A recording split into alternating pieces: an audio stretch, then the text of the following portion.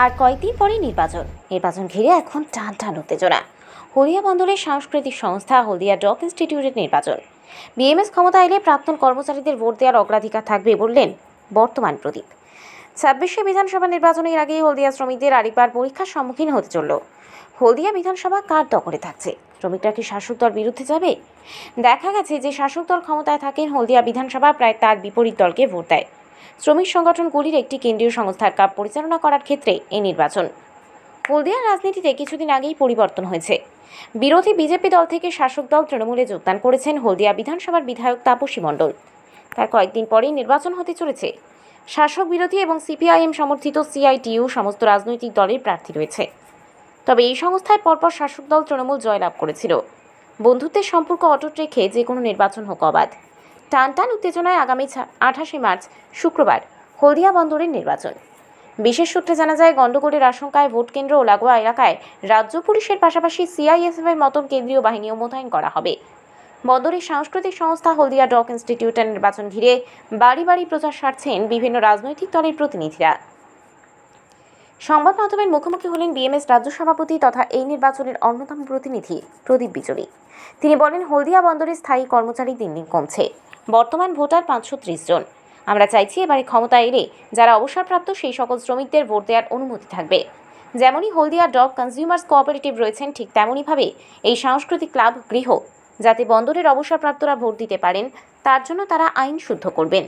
দীঘা ও Bombay tata বন্দরের অনেক কর্মচারীরা ডাক্তারের জন্য বা বেড়াতে যান, যাতে অবসরপ্রাপ্ত যারা হবেন তারাও যাতে বর্তমান শ্রমিকদের মতোই সুযোগ সুবিধা পান, তার জন্য আমরা যোগাযোগ করব। তিনি আরও বলেন, ভেলোর এবং দীঘা আমাদের হলিডে হোম রয়েছে। বর্তমানে এমপ্লয়িজদের যে পয়সা নেওয়া হয় বা প্রাক্তন বা রিটায়ার, তাদের জন্য অনেক বেশি পয়সা নেওয়া হয়। আমরা এবারে বোর্ডে এলে গেস্ট হাউস বা হলিউডের সংখ্যা যেমন বাড়াবো, ঠিক তেমনভাবে বর্তমান এবং প্রাক্তন যারা রয়েছেন তাদেরও যাতে সমানভাবে এই সুযোগ সুবিধা পান তার ব্যবস্থা করব। মোট 6 দফা দাবি নিয়ে আগামী 28শে মার্চ হলদিয়া ডক ইনস্টিটিউট নির্বাচনে তাদের প্রার্থীদের ভোট দেওয়ার জন্য আহ্বান জানালেন প্রদীপ বিজলি।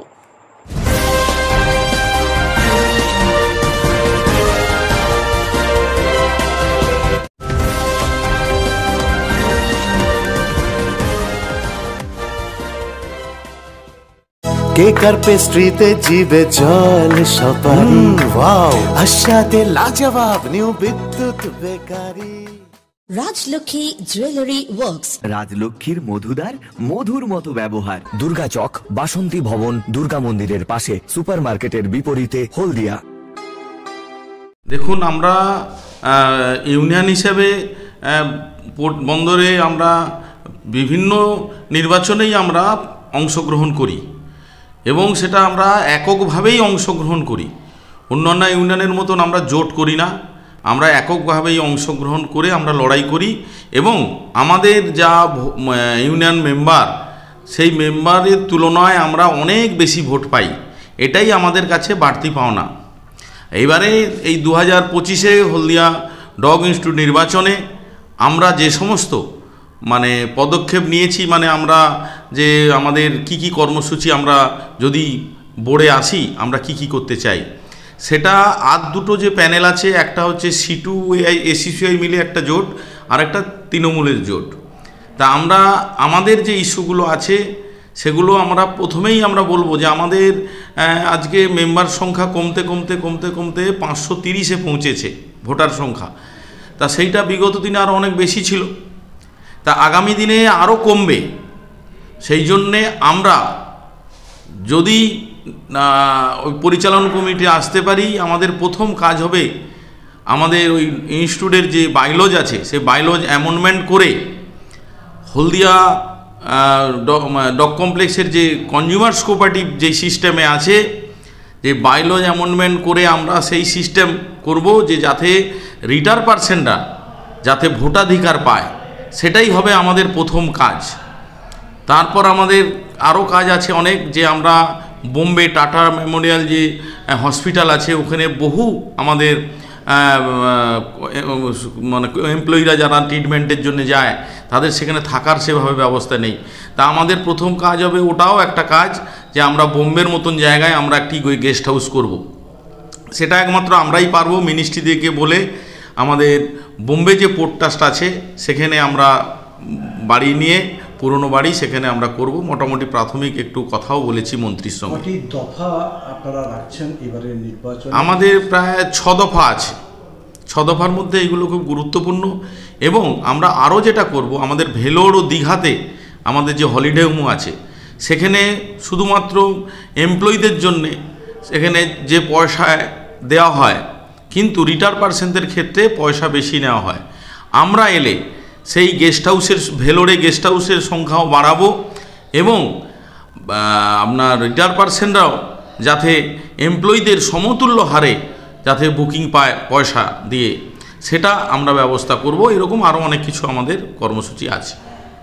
কটি ইউনিয়ন এবারে অংশগ্রহণ করছে? এবারে যে জোট, সেই জোটের সঙ্গে তো প্রায় 4টে ইউনিয়ন ওরা জোটবদ্ধ হয়েছে, 4টে ইউনিয়ন মিলে। কিন্তু দুঃখের বিষয়, ওদের ভাইস প্রেসিডেন্ট প্রার্থী নেই। ওদের 18 জন পরিচালক কমিটি আছে, ওরা দিতে পারেনি প্রার্থী। ভাইস প্রেসিডেন্ট না, জোট, সিটু জোট।